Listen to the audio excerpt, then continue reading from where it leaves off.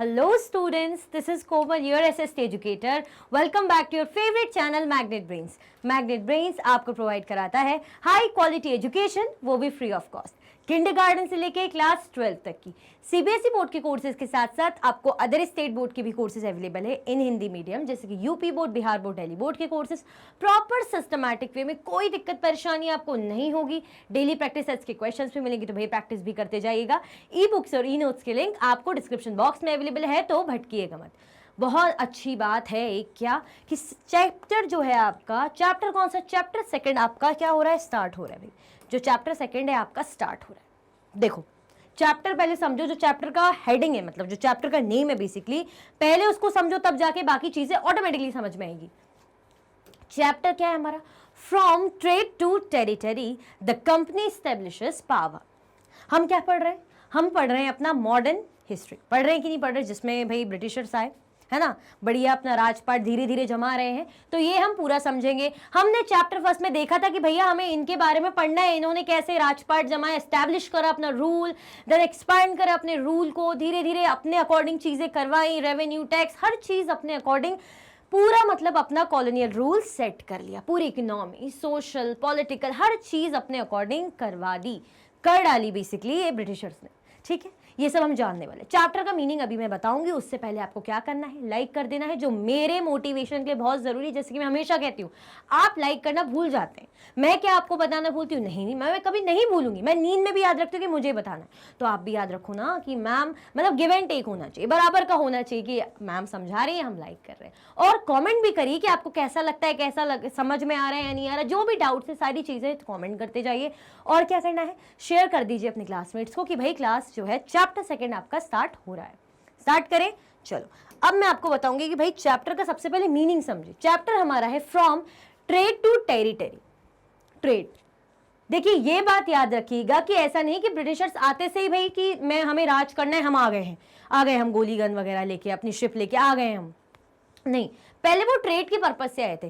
किस पर्पस से आए थे, पहले ट्रेड पर्पस से आए थे। जो उनका पर्पस था सिर्फ ट्रेड करना था, कि जो इंडिया की चीजें हैं, चाहे सिल्क हो गया या स्पाइसेस, जैसे काफी ज्यादा कार्डेमम, क्लोव्स वगैरह, और भी मतलब हम जो है चीजें पढ़ेंगे, ये सब के लिए, और भी जो स्पाइसेस है, पेपर वगैरह, इन सब से अट्रैक्ट होके कि जो इंडिया की इतनी अच्छी स्पाइसेस हैं जो मिल रही हैं, सिल्क और भी जो कुछ कुछ प्रोडक्ट्स हैं, उनके लिए मतलब कि यहाँ पे खरीदे और बेचे यूरोप में जाके अपने महंगे दामों में।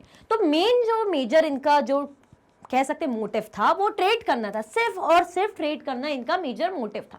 धीरे धीरे क्या हुआ, अदर यूरोपियन कंट्रीज भी थी, ऐसा नहीं कि सिर्फ इंग्लैंड आई, अदर यूरोपियन कंट्रीज भी है। जैसे यूरोप क्या है, एक कॉन्टिनेंट है, अब एशिया क्या है, कॉन्टिनेंट है, हमें पता है उसमें इंडिया भी है, चाइना भी है, पाकिस्तान भी है, बांग्लादेश भी है। हम ऐसा तो नहीं कह रहे कि एशिया इंडिया का है। सेम विथ यूरोप, अब यूरोप में क्या है, इंग्लैंड भी है और भी कंट्रीज है। अब क्या हो रहा है भाई, अब जो और भी कंट्रीज है, तो जैसे यूरोप तो ट्रेड के लिए आई है, चलिए अच्छी, मतलब सॉरी इंग्लैंड तो ट्रेड के लिए आई, बट मेजरली कंपटीशन इन लोगों में, जो यूरोपियन कंट्रीज थी, इनमें भी बहुत ज्यादा कंपटीशन था। मतलब कि सामान यहाँ से खरीद रहे हैं और वहां जाके बेच रहे हैं, तो हर कोई चाह रहा था हमारा रूल हो, तो एक दूसरे की चीजें मतलब बर्बाद करना। जैसे किसी दूसरे कंट्री की नाव आ रही है, तो भाई वहीं पर ही गायब करवा देना, है ना, सामान लूट लेना, खराब करवा देना, बेसिकली सब कुछ, ताकि भाई प्रोडक्ट यहाँ से ले जाके वहां बेचा ना जा सके। तो इनमें भी आपस में बहुत ज्यादा कॉम्पिटिशन था। बेसिकली ट्रेड जमाने आए थे, सिर्फ ट्रेडिंग के लिए आए थे, ट्रेडिंग का ही पर्पस था, और कुछ पर्पस नहीं था इनका। सोचा भी नहीं था कि हम क्या करेंगे, टेरिटरी बनाएंगे। देन लालच बढ़ा, धीरे धीरे आसपास के राजाओं को जीता।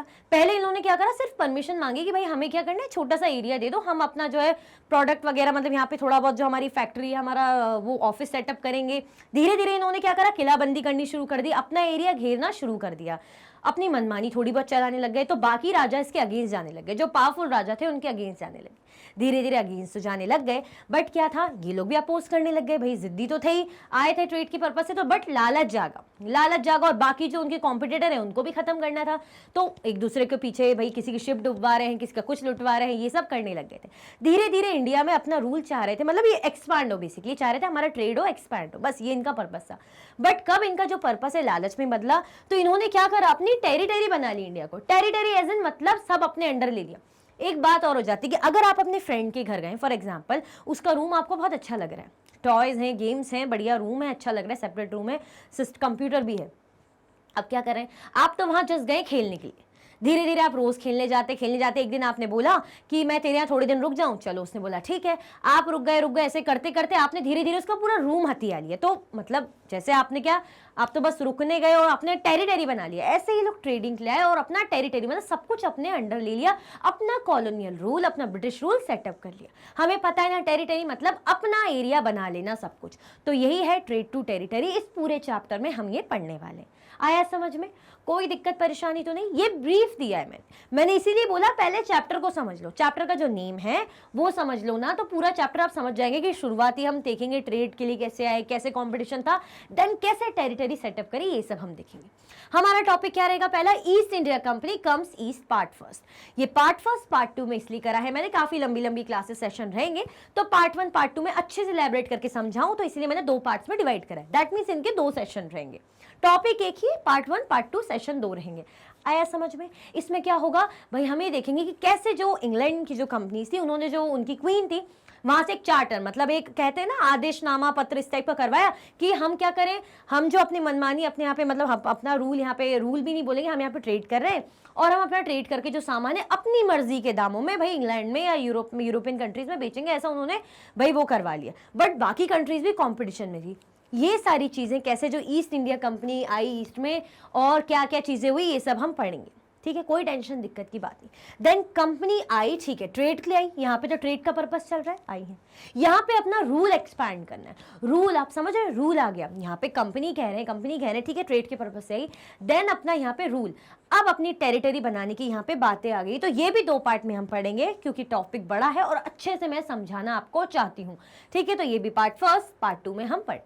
Then setting up a new administration, अपने अकॉर्डिंग अपना प्रशासन सेट करना। एडमिनिस्ट्रेशन का मतलब होता है, हमने बहुत अच्छे से देखा था चैप्टर फर्स्ट में, हमने देखा था ना कुछ ऑफिशियल डॉक्यूमेंट, ऑफिशियल जो सोर्सेज हमने देखे थे, कैसे पता चलते थे जो ब्रिटिशर्स के, वो रिटर्न डॉक्यूमेंट। क्यों? क्योंकि अपने जो एडमिनिस्ट्रेटिव चीजें हैं वो रिटर्न में रखते थे, यानी प्रशासनिक चीजें, रेवेन्यू से रिलेटेड, इनकम से रिलेटेड, जनता जनार्दन से रिलेटेड, कैसे रूल करना है, प्लानिंग, जो भी है चीजें वो एडमिनिस्ट्रेशन के अंदर आएगी। तो धीरे धीरे अपना नया एडमिनिस्ट्रेशन कैसे सेटअप करेंगे वो देखेंगे। देन एंड में हम कंक्लूजन जानेंगे कि भाई ये जो सब हमने चीजें पढ़ी, इसका कंक्लूजन क्या है, ये सारा सब कुछ हम समझेंगे। कंक्लूजन में देखेंगे कि भाई कैसे ट्रेडिंग के लिए आए, धीरे धीरे इन्होंने अपनी टेरिटरी सेटअप कर ली और स्टार्ट हुआ नया ब्रिटिश राज, मतलब इनका रूल। ये सारा हम पढ़ेंगे इस चैप्टर में। देन जैसे कि हमेशा होता है, पूरा चैप्टर पढ़ने के बाद एनसीईआरटी सॉल्यूशन करेंगे। कुछ अलग नहीं है, क्यों? यहाँ अलग हो सकता है बट स्ट्रैटेजी यहाँ अलग नहीं होगी, क्योंकि ऐसे ही पैटर्न चलना है। एनसीईआरटी सॉल्यूशन करेंगे। देन हम आएंगे मल्टीपल चॉइस क्वेश्चंस में। ध्यान रखिएगा, बहुत सारे क्वेश्चंस लेके आऊंगी, डेट, नेम, किसी गवर्नर जनरल का नेम, किसी प्लेस का नेम, सारी चीजें मैं इसमें लेकर आने वाली हूं। तो चैप्टर को समझने के लिए रेडी रहिएगा। एक एक लाइन लाई हूं मैं चैप्टर की, मैंने एक भी लाइन ऐसी नहीं छोड़ी है कि जहां से मतलब आपको ऐसा ना लगे कि लिंक टूट गया, समझ में नहीं रहा। हर एक लाइन चैप्टर की ली है, जैसे बुक में होती है।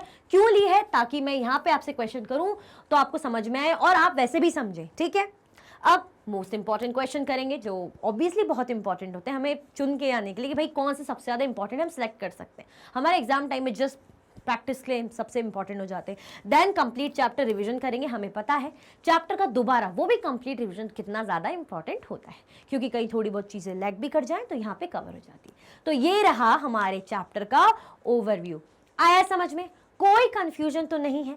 क्या करने वाले हैं कि कैसे ट्रेडिंग चीज़ों की स्टार्ट हुई, कैसे ट्रेड के पर्पज से आए भाई, सिल्क खरीदने, स्पाइसेस खरीदने। धीरे धीरे इनमें आपस में यूरोपियन कंट्रीज में कंपटीशन था, अपना ट्रेड जमाने को लेके बहुत ज़्यादा कंसर्न थे, वरी थे। ठीक है, वो तो हुआ। देन साथ में क्या करा, अपना रूल एक्सपांड करने के लिए ये लोग काम करने लग गए और कंक्लूजन में हम देखेंगे कैसे रूल एक्सपांड किया, चीज़ें धीरे धीरे सेटअप करी और इनका ब्रिटिश राज सेटअप होने लगे। ये सारी चीज़ें हम बैटल ऑफ प्लासी, सारी चीज़ें हम इसमें पढ़ेंगे, है ना। पैरामाउंट सी, जो भी इनके रूल्स आए, नई नई चीज़ें आई, सारी हम इस चैप्टर के अंदर पढ़ने वाले हैं। अलग अलग गवर्नर जनरल के नाम भी हम सुनेंगे। ठीक है, अब बताइए, रेडी हैं आप? एक्साइटेड है? एक्साइटमेंट तो होनी चाहिए, हमें पता चलना चाहिए ना कि शुरुआत कहाँ से हुई। ये हम बोलते हैं कि अंग्रेजों का रूल था, ब्रिटिश रूल था, बट शुरुआत कैसे हुई वो यहाँ से अभी पढ़ेंगे कि शुरुआत कैसे हुई। आया समझ में? ये है आपकी बिल्कुल कह सकते हैं इनिशियल स्टेज, जब ब्रिटिशर्स आए उनकी इनिशियल स्टेज। ठीक है, क्या करना है अब आपको? अब हम स्टार्ट करने वाले हैं हमारा चैप्टर।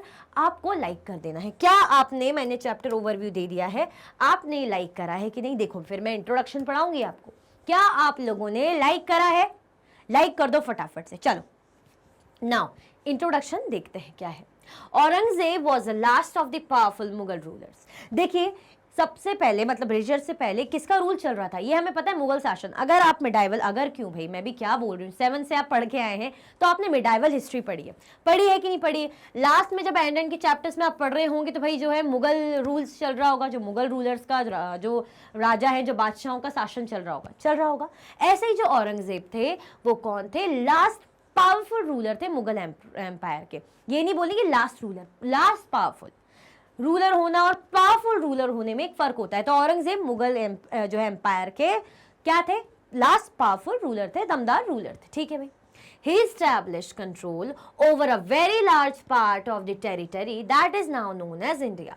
भाई इन्होंने क्या कर रखा था? इन्होंने भाई बहुत ज्यादा इनका कंट्रोल बहुत सारे लार्ज पार्ट में था of the territory that is known as India, जिसको आज हम इंडिया कहते हैं। तो ऐसे इन्होंने क्या करा था? औरंगजेब ने एक अच्छा खासा अच्छे पैमाने पे अपनी बहुत बड़ी टेरिटरी जमा के रखी थी, मतलब बहुत सारा हिस्सा इनके अंडर था, इनके रूल के अंडर था। ऑब्वियसली होगा भाई, इनके जो पापा जी रहे हैं भाई, जो अकबर थे, काफ़ी ज़्यादा उन्होंने रूल एक्सपेंड किया। देन उनके बाद उनके बेटे आए, उन्होंने करा। ऐसे करते करते पावरफुल किंगडम तो था, जो डायनेस्टी थी मुगल, बहुत अच्छी डायनेस्टी, अच्छी एज इन मतलब काफ़ी पावरफुल थी। तो ऐसे उन्होंने मेहनत करी, एक्सपांड करा है अपना रूल। तो क्या था भाई, जो पूरा लगभग काफ़ी बड़ा एरिया, वास्ट एरिया इनके अंडर था। किसके अंडर था? औरंगजेब के अंडर था।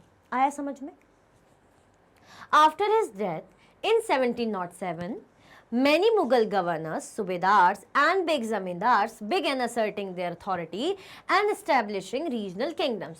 अब क्या हुआ भाई, जब कोई पावरफुल राजा मरता है तो क्या होता है ना कि जो अदर छोटे मोटे जो रीजनल एरियाज होते हैं, जो एरियाज होते हैं, जो छोटे मोटे किंगडम्स होते हैं, रूल जो अपना अपना एरिया जिन राजाओं का रहता है, छोटे मोटे रहते हैं आसपास के, वो अपनी पावर दिखाने लगते हैं। वो चाहते हैं अब हम उठ के आए। मतलब अभी तक तो चुप थे कि भाई राज है, औरंगजेब है, बट जब वो मर गया तो पता चला कि अब ऐसा कोई पावरफुल नहीं है, तो भाई अपनी पावर दिखाने लग गए, अपने रूल, अपने किंगडम सेटअप करने लग गए। तो आफ्टर हिज डेथ, किसकी डेथ? औरंगजेब की डेथ हुई थी। कब हुई थी? 1707 में औरंगजेब की डेथ हुई थी। मैनी मुगल गवर्नर्स, और सूबेदार भी कह लीजिए, and big zamindars began asserting, जो मुगल इवन गवर्नर्स, ये सोच लीजिए सूबेदार थे जो पहले भाई अपने जो बादशाह के अंडर में होंगे, बट जैसी बादशाह औरंगजेब इनकी डेथ हुई तो सूबेदार भी उठ के आ गए, वो भी अपनी पावर दिखाने लग गए कि भाई अब लालच आ जाता है ना कि अब कुछ कोई बचा नहीं है, तो अब हमें ये बड़ा रूल मिल जाए, अब हम इनकी सेना किसी को हरा दे तो हमें ये रूल मिल जाएगा, हम बन जाएंगे किंग। तो ऐसे ही जो बिग जो सूबेदार हैं, गवर्नर्स और जमींदार्स भी क्या करने लग गए थे? अपनी अथॉरिटी जमाने लग गए थे, अपनी पावर दिखाने लग गए थे और एस्टैब्लिशिंग करने लग गए थे रीजनल किंगडम्स। अपने आसपास के छोटे छोटे अपने एरिया के किंगडम्स उठ के बनाने लग गए थे। मतलब जैसे मैं हूँ, मैं कहीं की जमींदार हूँ या हेड हूँ कह लीजिए, बट अभी तक मैं रूल अपना सेटअप इसलिए नहीं कर पाती थी या ज़्यादा मेरी नहीं चलती थी, क्यों? क्योंकि भाई बादशाह जी बैठे हैं, अब बादशाह जी की डेथ हो गई है तो खास कोई रहा नहीं है, तो भाई अपनी मर्जी से अपने रूल, अपनी पावर दिखा रहे हैं, भाई लड़ाई ले जा रहे हैं, दूसरा एरिया जीत रहे हैं, अपना किंगडम सेटअप कर रहे हैं खूब खुल के, कोई दिक्कत परेशानी का नहीं है ऐसा कुछ भी, ठीक है? तो ऐसा होने लग गया था। As powerful regional kingdoms emerged in various parts of India, Delhi could no longer function as an effective center। अब क्या हुआ? आसपास के जो भी भाई क्या होने लग गए? पावरफुल रीजनल किंगडम्स बनने लग गए।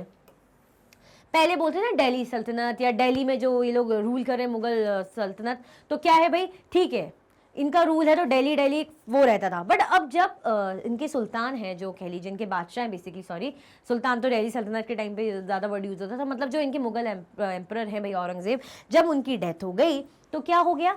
अब जो था दिल्ली इतनी ज़्यादा इंपॉर्टेंट, इतनी इफेक्टिव नहीं रही, मतलब इतना उसका डर खौफ नहीं रहा, इतनी उसकी पावर अब नहीं लगती थी। क्यों? क्योंकि भाई ये मर गए। होता है ना, लीडर से ही सारी चीज़ होती है, लीडर चला जाता है तो काफ़ी दूसरी टीम को हिम्मत आ जाती है बेसिकली। भले लीडर इतना पावरफुल ना हो, मतलब वैसे समझदार हो, बट उसकी टीम ज़्यादा पावरफुल है, बट क्या होता है, एक लगता है हमें कि लीडर चला गया ना तो एक काफ़ी रिलीफ फील होता है कि भाई हाँ एक टेंशन चली गई। तो ऐसी औरंगजेब जब उनकी डेथ हो गई तो आसपास के रीजन सब अपना अपना एरिया सेटअप करने लग गए, सब अपना अपना किंगडम सेटअप करने लग गए, सब बड़े बड़े किंगडम्स, मतलब आसपास के जो छुपे हुए थे या छोटे छोटे किंगडम जो दबे हुए थे, मतलब अब उठ के सामने आ रहे हैं, अपनी पावर दिखा रहे हैं। क्यों? क्योंकि भाई अब मुगल ऐसा रहा नहीं कोई खास, कोई पावरफुल, तो क्या होने लग गया? दिल्ली सल्तनत की, मतलब जो सॉरी दिल्ली की इतनी ज़्यादा इफेक्टिव सेंटर, मतलब दिल्ली इतना ज़्यादा इफेक्टिव सेंटर अब रहा नहीं। बेसिकली यहाँ ये कहना चाह रहे हैं कि जब लास्ट जो एम्परर थे, जो मुगल डायनेस्टी के थे, पावरफुल और भी थे, ऐसा नहीं है, बट पावरफुल की बात करें तो लास्ट पावरफुल औरंगजेब थे। जब औरंगजेब की डेथ हो गई तो दिल्ली इतनी ज़्यादा इफेक्टिव सेंटर नहीं रही। क्यों? क्योंकि भाई जब लीडर ही मर गया है तो एक ऐसा लगता है कि पावरफुल राजा, अरे बाप रे इतना पावरफुल राजा जिसका खौफ था, जिसके खौफ से हम अपना एरिया सेटअप नहीं कर पा रहे थे, जिसके खौफ से हम कुछ कर नहीं पा रहे थे, तो अब जब ये है ही नहीं तो हम अपना अपना पावर दिखाएंगे, अपना अपना किंगडम सेटअप करेंगे। तो ऐसा होने लग गया था। दिल्ली की अब इतनी ज़्यादा इफेक्टिविटी नहीं रह गई थी। आया समझ में? शुरुआती से समझ रहे, क्योंकि हमें ब्रिटिशर्स की स्टार्टिंग समझनी है तो भाई यहाँ का एंडिंग समझना पड़ेगा कि यहाँ पे चीजें कैसे कम हुई, तो वहां जाके धीरे धीरे बढ़ने लगी। आया समझ में? बेसिकली मतलब मुगल जो एम्पायर है धीरे धीरे अपने लो फेज में आ रहा था। कोई भी चीज कितनी भी पीक में हो, पहले लो में रहती है, वो कितनी भी पीक में चली जाए कभी ना कभी वो नीचे आती है, हर वक्त एक जैसा नहीं होता। तो भाई अपने पीक का जो टाइम था वो एंड हो चुका था मुगल एम्पायर का, तो धीरे धीरे सब एंडिंग में था। आया समझ में? लेस पावरफुल हो रहा था सब कुछ। आगे बढ़े, चलो। By the second half of the 18th century, however, a new power was emerging on the political horizon, the British. अब क्या हुआ? सेकेंड हाफ, किस कौन से सेकेंड हाफ भाई? Second half of 18th century, मतलब 18th सेंचुरी जब almost second half उसका चल रहा था 18th सेंचुरी का, तो क्या था? A new power was emerging on a political horizon, the British. भाई नई पावर एक उठ के आ रही थी। कौन सी पावर आ रही थी? वो पावर थी ब्रिटिशर्स। भाई ब्रिटिशर्स आ रहे थे, धीरे धीरे जैसे यहां से पावर एंड हो रही थी तो दूसरी पावर आ रही थी। ऐसा होता है, अगर किसी एक चीज की जो है एंड होता है ना तो दूसरी नई चीज आती है, ये ध्यान रखना। हर चीज एक जैसी नहीं रहेगी। ऐसे ये चीज एंड होगी तो दूसरी चीज आएगी। आया समझ में? तो भाई जब यहाँ पे 18th century, half 18th century मतलब सेकेंड हाफ जो था, हम बोलते हैं ना स्कूल का फर्स्ट हाफ सेकेंड हाफ, वैसे ही सेकेंड हाफ मतलब लंच से पहले का हम बोलते हैं क्या, जो ब्रेक हमें मिलता है उससे पहले का हम बोलते हैं फर्स्ट हाफ, जो बात का पार्ट हम बोलते हैं सेकेंड हाफ बोलते हैं। तो ऐसे ही भाई जो सेकेंड हाफ था 18th सेंचुरी का, वो क्या था? नई पावर, क्या हो रहा था? नया पावर, नई जो पावर उठ के आ रहा था, इमर्ज हो रही थी धीरे धीरे। कौन सी थी वो पावर? ब्रिटिश आ रही थी। Did you know that British originally came as a small trading company and were reluctant to acquire territories? आपको पता है जो चीज मैंने आपसे बोली, क्या आपको पता है? यही कह रहे हैं कि did you know that the British originally came as small trading company? हमें पता है ना, ब्रिटिशर्स, मैंने बताया ना कि स्मॉल ट्रेडिंग कंपनी के तौर पे थी, कि बस हमें व्यापार करना है, हमारा और कोई लालच लोभ नहीं है, हमें तो बस यहाँ पे बिजनेस करना है, ट्रेडिंग करनी है। And were reluctant to acquire territory, और भाई इनका टेरिटरी को वो करने का, एक्वायर करने का ऐसा कुछ इतना नहीं था, बट बाद में लालच है वो बात हो रही है, बट शुरू में बस अपना ट्रेड करने आए थे, सिंपल अपनी स्मॉल, कह रहे ना स्मॉल ट्रेडिंग कंपनी, ऐसा भी नहीं कि लार्ज, एक स्मॉल ट्रेडिंग कंपनी के तौर पे आए थे कि भाई हमें ट्रेड करना है। How then did they come to be master of a vast empire? In this chapter you will see how this came about. अब ये बोल रहे हैं कि ये ध्यान रखना कि भाई जो ब्रिटिशर्स थे, ये आपको पता है कि वो ट्रेड के लिए आए थे, एक स्मॉल ट्रेडिंग कंपनी के तौर पे आए थे। उनका इंडिया में अपनी टेरिटरी सेटअप करने का कोई लालच लोभ ऐसा कुछ भी ग्रीड उनकी नहीं थी।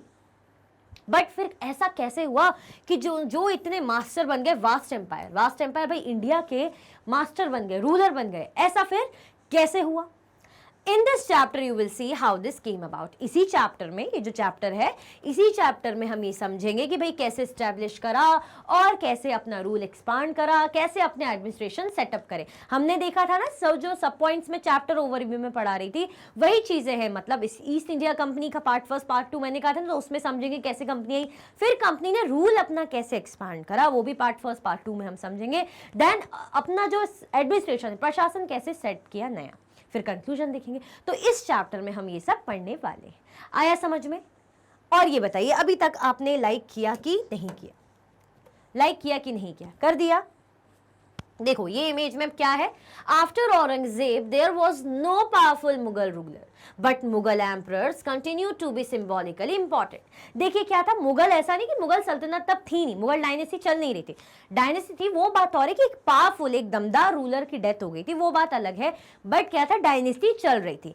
अब क्या होता है ना कि भले ही एक नाम हो जाता है, हम बोले एक टीम का, जैसे आप क्रिकेट देखते हो तो एक टीम का नाम हो जाता है, भले इसके प्लेयर अच्छे से नहीं खेल रहे हो, बट एक नाम होता है, अरे वो टीम बहुत अच्छी है, वो ना, जैसे आप कंट्री के नाम सुनते, अच्छा वो कंट्री से मैच है, वो तो अच्छी, भले उसके प्लेयर इतना अच्छा अभी नहीं खेल रहे हो, अभी के जो करेंटली प्लेयर इतने चल रहे हो वो अच्छा, उनकी परफॉर्मेंस इतनी अच्छी ना हो, बट शुरू से जो खेलते आए हैं वो बड़े अच्छे अच्छे प्लेयर रहे, तो हमको शुरू का जो सालों पुराने, जो हमें पता है कि वो कंट्री बोलेंगे, वो कंट्री बहुत ही अच्छा क्रिकेट खेलती है, बड़ी खतरनाक है, वो वर्ल्ड कप इतने सारे जीत चुकी है ऐसे करके। तो क्या है, भले अभी के उसके प्लेयर इतने अच्छे ना हो, तो जस्ट आपके एग्जाम्पल पे समझा रही, तो ऐसे ही भले अभी के जो इनके प्लेयर, मतलब जो इनके रूलर इतने दमदार ना हो, बट एक जो मुगल डायनेस्टी उसका एक नाम था, ठीक है, उसका एक नाम था। तो आफ्टर औरंगजेब, जब औरंगजेब की डेथ हो गई, there was no powerful Mughal ruler, कोई भी खास पावरफुल मुगल रूलर अब बचा नहीं था, ठीक है। बट फिर भी Mughal emperor continue to be symbolically important. भाई जो मुगल एम्परर थे वो एक, उनका जो एक नाम बन गया था, बेसिकली जैसे हम बोलते हैं ब्रांड नेम बन जाता है। भले वो ब्रांड, जब हम कई बार ऐसा होता है हम ब्रांडेड चीजें लेकर आते हैं खाने पीने की, अरे वो उस होटल का, उस रेस्टोरेंट का इतना नाम है, चलो खाने चलते, भले हमें इतना पसंद ना है तो नाम बन जाता है। तो ऐसी कोई दमदार नहीं भी हो, बट एक हो जाता था कि भाई मुगल डायनेस्टी, भाई मुगल एम्पायर है, मुगल एम्पायर, तो ऐसा भाई क्या एक इंपॉर्टेंट सिंबल माना जाता था कि भाई इनसे हेल्प लो, इनकी सुनो, आखिर इनकी चल रही है जैसा भी है, पर मुगल डायनेस्टी, मुगल एम्पायर ऐसे। In fact, when a massive rebellion against British rule broke out in 1857, Bahadur Shah Zafar, the Mughal emperor at the time, was seen as natural leader। अब क्या था, ये बता रहे हैं कि एक बार क्या हुआ था, जब बहुत ही खतरनाक तरीके से रिबेल करा था ब्रिटिशर्स के अगेंस्ट, जब ब्रिटिशर्स रूल करने लग गए थे ना, इस टाइम पे जब ब्रिटिशर्स रूल सेटअप कर चुके थे, 1857 की बात है, तो क्या हुआ था, जो लोगों ने रिबेल किया था मतलब अगेंस्ट लड़ाई की, अपना प्रोटेस्ट करा, बेसिकली अपोज करा, जो रूल वो कर रहे थे ब्रिटिशर्स उसके अगेंस्ट अपना गुस्सा दिखाया, रिबेल करा, है ना, इस तरीके से बदला लेने की कोशिश करी। तो क्या हुआ था, 1857 की बात है, और उस टाइम पे कौन जो मुगल एम्परर थे, बहादुर शाह जफर। वो बात और इतने पावरफुल थे नहीं थे, क्योंकि पावरफुल हमने बोला ना औरंगजेब लास्ट थे, तो बहादुर शाह जफर इतने ज्यादा पावरफुल नहीं थे, बट एक नाम था कि भाई मुगल एम्पायर है, तो तब वो थे। The Mughal emperor at the time was seen as the natural leader, और जो मुगल एम्परर थे बहादुर शाह जफर, उनको एज अ नेचुरल लीडर मानते थे। मैंने बताया ना कि ब्रांड नेम हो जाता है, भले ही जो ब्रांड इतना दमदार हो ना हो, तो ऐसे एक नेम था, डायनेस्टी का नाम था कि मुगल एम्पायर। तो भाई मुगल एम्पायर के जो अभी बादशाह बने हुए वही हमारे नेचुरल लीडर है। क्यों? क्योंकि उन्होंने बहुत सारी जगह हथियाई हुई है, उनके अंडर बहुत सारी चीजें, भले ही वो राजा भी उतना पावरफुल हो ना हो, बट वो एक नेचुरल लीडर माना जाता था। कौन? उस टाइम पे जो भी मुगल एम्पायर का राजा होगा। तो ऐसे उस टाइम पे कौन थे? बहादुर शाह जफर, जब क्या करा था, अंग्रेजों के अगेंस्ट, ब्रिटिश रूल के अगेंस्ट रिबेल करा था। Once the revolt was put down by the company, Bahadur Shah Jafar was forced to leave the kingdom and his sons were shot in cold blood। अब क्या था कि भाई revolt हुआ, अब ये लोग तो जीतते जा रहे थे, बहुत दमदार कंपनी थी, इतना हराना मतलब, बहुत चालाक भी थे और काफी ज्यादा वेल इक्विप्ड भी रहते थे। कौन? ब्रिटिश रूल वाले। तो once the revolt was put down by the company, बस एक बार क्या हुआ, जब बस रिवोल्ट हुआ, ठीक है, तुम लोगों ने अगेंस्ट में रिवोल्ट कर लिया, भाई रिवेल कर लिया, ठीक है, लड़ने आ गए, जो है अपना गुस्सा दिखा लिया, प्रोटेस्ट कर लिया, बट हार गए, उनके सामने हार गए। तो बहादुर शाह जफर के साथ क्या हुआ कि इन्होंने बोला, कंपनी ने कहा कि भाई आप क्या करो, आप अपना जो है चुपचाप से अपना ना अब राजपाट छोड़ दो, जिस राजपाट को आप चला रहे हो ना, जो इतना सारा एम्पायर आप लोगों ने घेर रखा है, अब आपको क्या करो, अब आप छोड़ दो, अब बहुत हो गया, अब छोड़ के चले जाओ। और क्या करा भाई, जो बहादुर शाह जफर के बेटे थे उनको वहीं पर ही शूट कर दिया, मतलब मार दिया। कैसे करा? बड़े स्ट्रिक्ट थे ये लोग, खतरनाक टाइप के थे भाई, इन लोगों ने रिबेल करा। उस टाइम पे कौन थे रूलर? बहादुर शाह जफर। कहाँ के रूलर थे? मुगल एम्पायर के। मुगल एम्पायर भले ही उस वक्त इतना पावरफुल ना हो, बट एक मैंने बताया ना, एक नेचुरल लीडर मानते थे, एक ब्रांड नेम बना हुआ था कि ये है तो हम, हमारे मतलब कोई लीडर है, हम इनके सारे रिबेल कर सकते। तो इनका सहारा लेके भाई सबने मिलकर रिबेल करा, बट कुछ हो नहीं पाया। तो जो ब्रिटिश रूल था, जो कंपनी, मतलब वही ब्रिटिश रूल को ही, ये जो कंपनी आएगा ना, वर्ड, ये जो कंपनी आएगा मतलब ईस्ट इंडिया कंपनी है ना, ब्रिटिश की कंपनी, याद रखना, कंफ्यूज मत होना कि कौन सी कंपनी की बात कर रहे हैं। तो भाई कंपनी ही आएगा। तो बहादुर शाह जफर को इन्होंने कहा, शाह जफर को, बस बहुत हो गया, बहुत कर लिया तुमने रिबेल, प्रोटेस्ट वगैरह, अब चुपचाप से जो है अपना राजपाट छोड़ दो। और जो उनके बेटे थे उनको मार डाला। आया समझ में? देखिए जो सीन है, Bahadur Shah Zafar and his sons being arrested by captain Hudson. भाई जो कैप्टन हडसन है, उन्होंने क्या करा, बहादुर शाह जफर और ये देखो ये बंधे हुए ना, उनके बेटों को क्या करा, अरेस्ट कर रहे हैं, और बेटों को तो मार दिया था, और इनको बोला कि भैया किंगडम छोड़ दो। आया समझ में? ये क्या अब समझ में धीरे धीरे कैसी चीजें हो रही हैं, ये अभी आगे हम और अच्छे से पढ़ेंगे। तो हमने इंट्रोडक्शन देखा है, चीजें कैसे क्या हुई बाद में हम अच्छे से और नेक्स्ट सेशन में समझेंगे। इतना आया समझ में? देखो हमने क्या देखा, हमने देखा कि भाई औरंगजेब उस टाइम का पावरफुल रूलर था, ठीक है भाई, बट जब उसकी डेथ हो गई औरंगजेब की, कहाँ का पावरफुल रूलर था, कौन से एम्पायर का, भाई मुगल एम्पायर का। ये नहीं भूलना है, मुगल एम्पायर का लास्ट पावरफुल रूलर था। चलिए अच्छी बात है, अंग्रेजों से पहले, ब्रिटिशर से पहले मुगल एम्पायर का एक अच्छा नाम था, ब्रांड वैल्यू थी बेसिकली, थी भी, काम करा था उन्होंने भाई, अपनी मेहनत से जंग जीती थी, इतना सारा एम्पायर सेटअप किया था, लगभग इंडिया का बोला ना वास्ट इतना एरिया। चलिए ठीक है, पावरफुल रूलर थे, काफी लोग डरते भी थे। अब जब उनकी डेथ हुई तो छोटे मोटे किंगडम उठ के आ गए, इमर्ज होने लगे, तो दिल्ली इतनी ज्यादा इफेक्टिव नहीं रही। देन बात किसकी आ जाती, कंपनी की बात आ जाती। तो हमने क्या देखा, जो ब्रिटिशर्स आए उनका पहले से कुछ इच्छा मन नहीं था कि भाई हमें ट्रेडिंग करनी है, मतलब टेरिटरी बनानी है, इनको अपना कॉलोनियल रूल बनाना है, इंडिया को गुलाम बनाना है, इंडिया के लोगों को नहीं, ऐसा कुछ भी इनका मन नहीं था, ना ही चाह रहे थे। इनका बस मन था कि हमें सिंपल सी छोटी सी, हम छोटी कंपनी सेटअप है और हम क्या करेंगे, ट्रेडिंग करेंगे। बट लालच बढ़ा, कैसे इन्होंने इस छोटे से जो है अपने लालच को बड़ा करा और टेरिटरी बना ली, ये हम सब देखेंगे आने वाले पूरे इस चैप्टर में। फिर हमने क्या देखा, हमने जस्ट देखिए आपकी बुक में दिया हुआ है इन्फॉर्मेशन साइड में, तो किसके बारे में देखा, बहादुर शाह जफर के बारे में।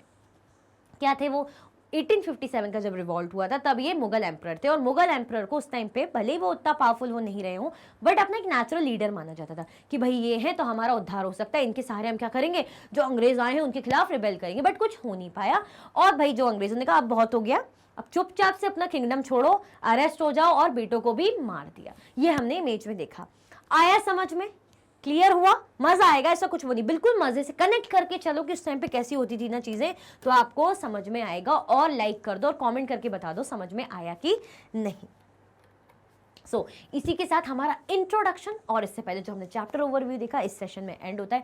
आई होप आपको इंट्रोडक्शन बड़ा ही मजेदार लगा होगा और थ्रिलिंग भी, कि अब क्या होने वाला है, कंपनी कैसे आई, कैसे सेटअप हुआ, ये जानना बहुत जरूरी है। हम ये तो बार बार बोलते हैं कि हाँ अंग्रेज आए, अंग्रेजों ने राज किया, ब्रिटिशर्स आए, राज करा, ये करा, अत्याचार करा, बहुत ज्यादा परेशान किया, बट कैसे क्या हुआ ये सब हम समझेंगे धीरे धीरे इस पूरे चैप्टर में। इसी के साथ ही वीडियो एंड होती है। अगर आप और भी वीडियो के लेक्चर्स देखना चाहते हैं तो मैग्नेट ब्रेन्स के यूट्यूब चैनल, एप्लीकेशन और वेबसाइट पे आप देख सकते हैं।